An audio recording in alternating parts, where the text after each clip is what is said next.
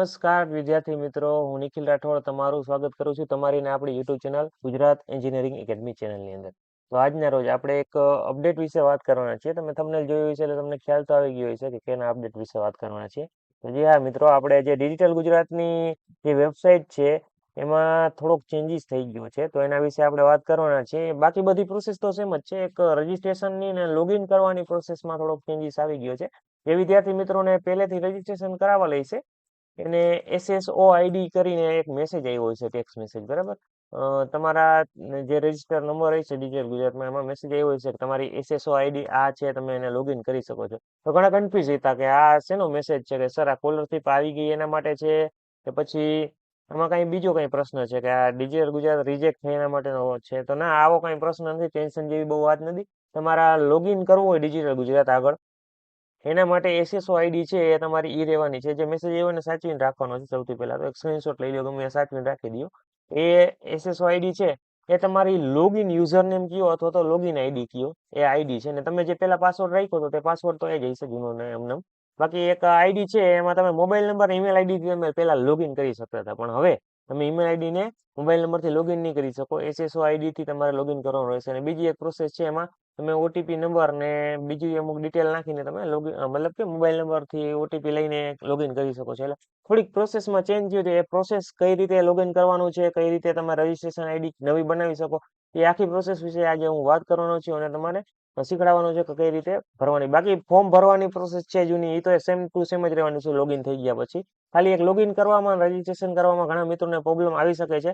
એના માટે જો આવો પ્રશ્ન ના થાય આગળ જતા, એટલે હું લાવ એક વિડીયો જ બનાવી નાખી, જેથી બધાને ખ્યાલ આવી જાય કે આ રીતે તમે લોગિન કરી શકો છો અને ID તમારી બનાવી શકો છો. આગળ જે મિત્રો સ્કોલરશીપનું ફોર્મ ભરશે એને આગળ પ્રોબ્લેમ ના આવે. તો સૌથી પહેલા આપણે જોઈ લઈએ શું ચેન્જીસ આવ્યો છે ડિજિટલ ગુજરાતની વેબસાઇટ ઉપર. તો સૌથી પહેલા આપણે સર્ચ મારી લઈએ ડિજિટલ ગુજરાત, બરાબર. એટલું લખીને સર્ચ કરશો, પહેલી વેબસાઇટ આવી જશે. તમારા ડિજિટલ ગુજરાત ઉપર ક્લિક કરવાનું છે. હવે તમે જોઈ શકો છો અહીંયા સ્કૂલનું લોગિનનું પેજ ખુલે છે. પછી ઓફિશિયલ લોગિન છે એનું પણ પેજ થોડુંક આ રીતનું આવે છે, બરાબર. અને પછી આપણે આ કેન્ડિડેટ લોગિન છે એની ઉપર ક્લિક કરીને અહીંયાથી આપણે લોગિન કરતા, તમારે પણ અહીંયા ક્લિક કરવાનું છે. અહીંયા તમે ક્લિક કરશો એટલે થોડુંક તમારી સામે આખી અલગ જ વેબસાઇટ ઓપન થઈને આવી જશે. તો ઘણા બધા કન્ફ્યુઝ છે કે આ ડિજિટલ ગુજરાતની વેબસાઇટ વહી ગઈ, શું થયું, આપણે લોગિન નહીં કરી શકીએ.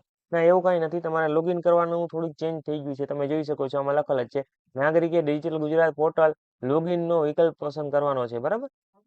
પછી ફોરગેટ SSO ID પર ક્લિક કરી પોતાનો મોબાઈલ નંબર, ઈમેલ ID તપાસી અને એમાં SSO ID તમારે મેળવી લેવાની છે, બરાબર. પહેલા SSO ID બનેલી છે કે નહીં જોઈ લેવાનું છે, તપાસી લેવાનું છે. અને જો SSO ID બનેલી હોય તો ફોરગેટ પાસવર્ડ પર ક્લિક કરી નવો પાસવર્ડ સેટ કરવાનો છે. જો SSO ID ન બનેલી હોય તો સાઇન અપ ઉપર ક્લિક કરીને તમારે SSO ID ની પ્રોફાઇલ બનાવવાની છે. ટૂંકમાં થોડું કન્ફ્યુઝિંગ છે.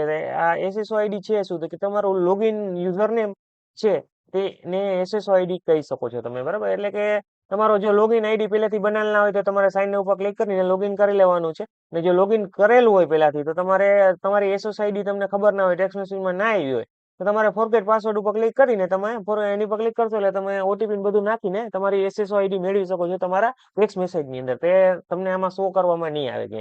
હવે આને આપણે હટાવી દઈએ.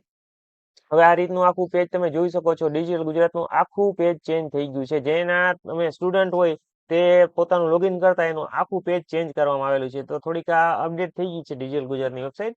તો કન્ફ્યુઝ ના થતા, કઈ મૂંઝાવાની જરૂર નથી. અહીંયા તમને લોગિન ઓપ્શન જોવા મળશે. ને જે મિત્રો મોબાઈલથી ફોર્મ ભરતા એમાં 3 લીટા હશે ગમે અહીંયા, બરાબર, ઉપરની સાઈડ. એ 3 લીટા ઉપર ક્લિક કરશો, 3 લાઈન હશે, આમ 3 લાઈન ઉપરની બાજુ આવશે ગમે વેબસાઇટમાં, આખું નહીં જ આવશે મારા ખ્યાલથી.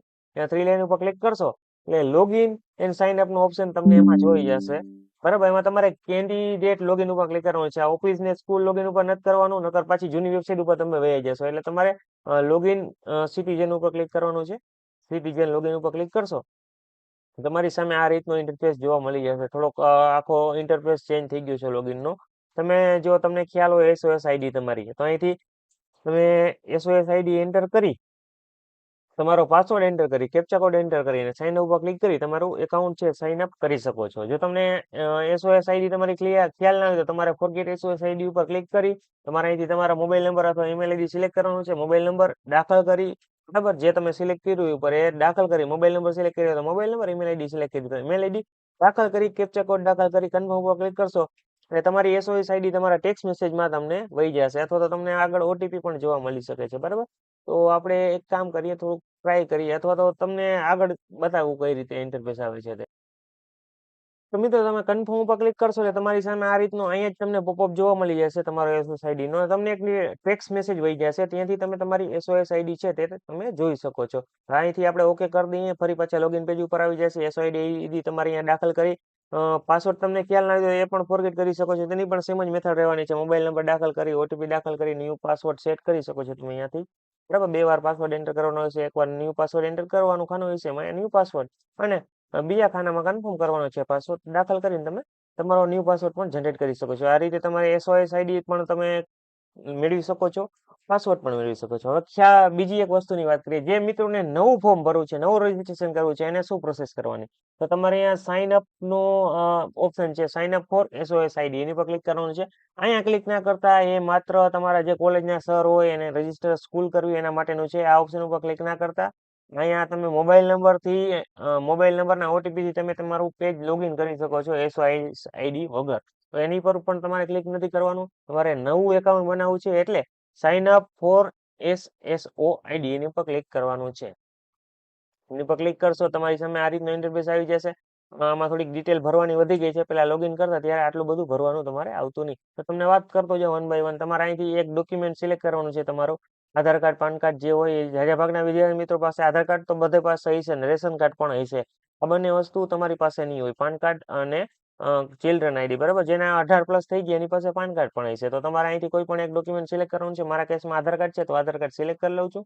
અને તમારે અહીંયા આધાર કાર્ડ નંબર દાખલ કરી, કેપ્ચા કોડ દાખલ કરી, સેન્ડ ઓટીપી પર ક્લિક કરશો એટલે તમારા જે આધાર કાર્ડમાં રજીસ્ટર મોબાઈલ નંબર હશે તેમાં ઓટીપી વહી જશે. તે ઓટીપી તમારે અહીંયા દાખલ કરી અને કન્ફર્મ કરી દેવાનું છે. બરાબર, બીજી ડિટેલ વિશે વાત કરીએ તો આધાર કાર્ડના નંબરથી તમારું ઓટોમેટિક અહીંયા નામ અને અટક એની રીતે જ કેપ્ચર કરી લેશે. બરાબર, તો તે તમારે જોઈ લેવાનું છે. એક કામ કરું, તમને એક આધાર કાર્ડના નંબર દાખલ કરીને પછી આગળ બતાવું, એની પહેલા તમને નીચેનું થોડુંક સમજાવી દઉં. બરાબર, પછી આની પર તમે આવી જશે ને ઓટોમેટિક નામ, તો આ તમે નામ ઉપર સિલેક્ટ કરશો ને, નામ ઉપર દબાવશો એટલે તમને અહીંયા ઓટોમેટિક સિલેક્ટ કરવાનો ઓપ્શન આવી જશે. તમારું ફર્સ્ટ નેમ ને લાસ્ટ નેમ છે તે તમારે લખાઈને આવી જશે. તમારે રીતે જ અહીંથી ચૂરસ બોક્સમાં સિલેક્ટ કરવાનું છે. એક કામ કરો, તમને લોગિન કરીને સમજાવું. અને એક આ પાસપોર્ટ સાઇઝનો ફોટો છે એ તમારે જોશે 20 KB નો. બરાબર, એ પણ તમારે જોઈ લેવાનું છે. મોબાઈલ નંબર, ઈમેલ આઈડી, આ બંને વસ્તુ ફરજિયાત છે. અને એક પાસવર્ડ તમારે બનાવવાનો છે. કઈ રીતે બનાવવાનો એ તમને સમજાવી દઉં. તો તમારો પાસવર્ડ છે એ થોડો સ્ટ્રોંગ હોવો જોઈએ. તમને જણાવું કઈ રીતનો હોવો જોઈએ. તો કે અહીંયા કેપિટલ, મારા કેસમાં કેપિટલ એન હું રાખું છું. બરાબર, કેપિટલ એન મારું નામ છે, એ પ્રમાણે હું બનાવું છું. તો આ રીતે હું લખું છું નિકુલ. બરાબર, નિકુલ લખું અને @9. બરાબર, એક અક્ષર છે તે તમારે કેપિટલ દાખલ કરવાનો છે. બરાબર, એક અક્ષર કેપિટલ, પછી એક સિમ્બોલ હોવો જોઈએ અને થોડાક આંકડા પણ હોવા જોઈએ. બરાબર, મારા કેસમાં અહીંયા આંકડા થોડાક આ ખાનામાં નહીં માય, કે તમને બતાવો આંકડા તમે 2-3 દાખલ કરી શકો છો. આ રીતે તમારો થોડોક સ્ટ્રોંગ પાસવર્ડ હોવો જોઈએ. આ રીતે તમારે પાસવર્ડ બનાવવાનો છે. બરાબર, તો હવે એક આધાર કાર્ડ નંબર આપણે લઈએ છીએ અને થોડુંક તમને આગળ લોગિન કરીને બતાવું છું કઈ રીતે આવે છે. તો મેં આધાર કાર્ડમાં ઓટીપી મંગાવી લીધા છે. તમારે જો ઓટીપી ના આવે તો તમારે કેપ્ચા કોડ દાખલ કરી સેન્ડ ઓટીપી પર ફરીથી એકવાર મંગાવવો હોય તો એ રીતે તમે મંગાવી શકો છો. અને અહીંયા વેરીફાઈનો ઓપ્શન આવી ગયો છે. જે ઓટીપી આવ્યા એ તમારે દાખલ કરી વેરીફાઈ કરી લેવાના છે. પછી આગળનો ઇન્ટરફેસ તમને બતાવું કેવો તમને જોવા મળે છે.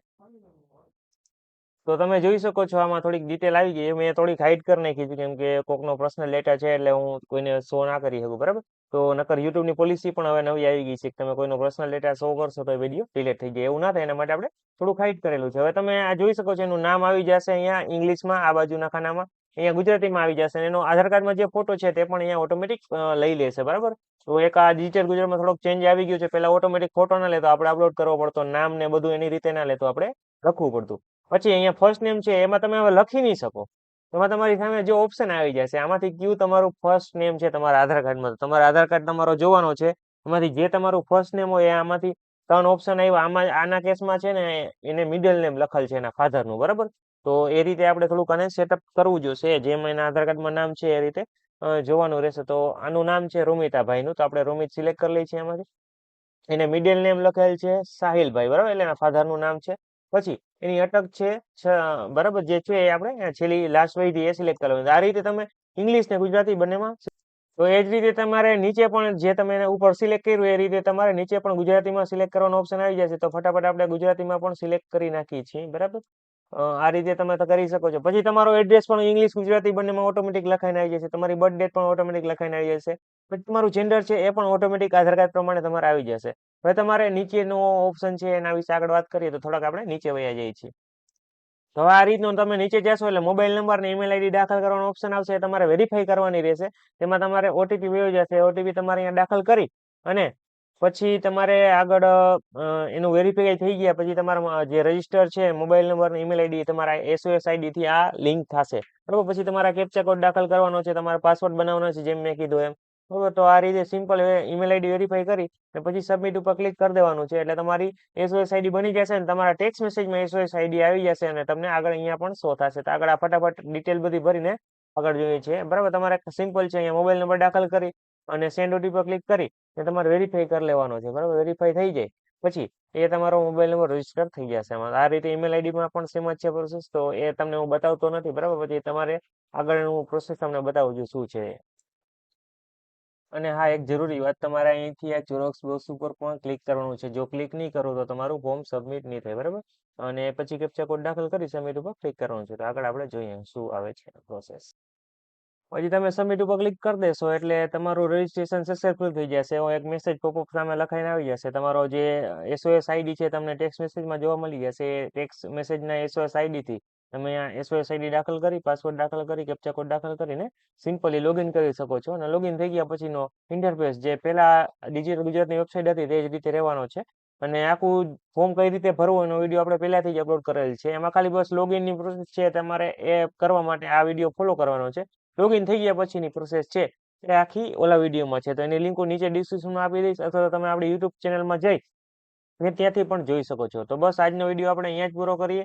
Thank you for watching Gujarat engineering academy channel. આવા નવા ઇન્ફોર્મેશન વાળા અને હેલ્પફુલ વિડીયો જોવા માટે અમારી ચેનલને સબસ્ક્રાઇબ કરવાનું ભૂલતા નહીં અને બેલ આઇકન જરૂરથી દબાવો જેથી અમારા વિડીયોનું નોટિફિકેશન તમને સૌથી પહેલા મળી રહે.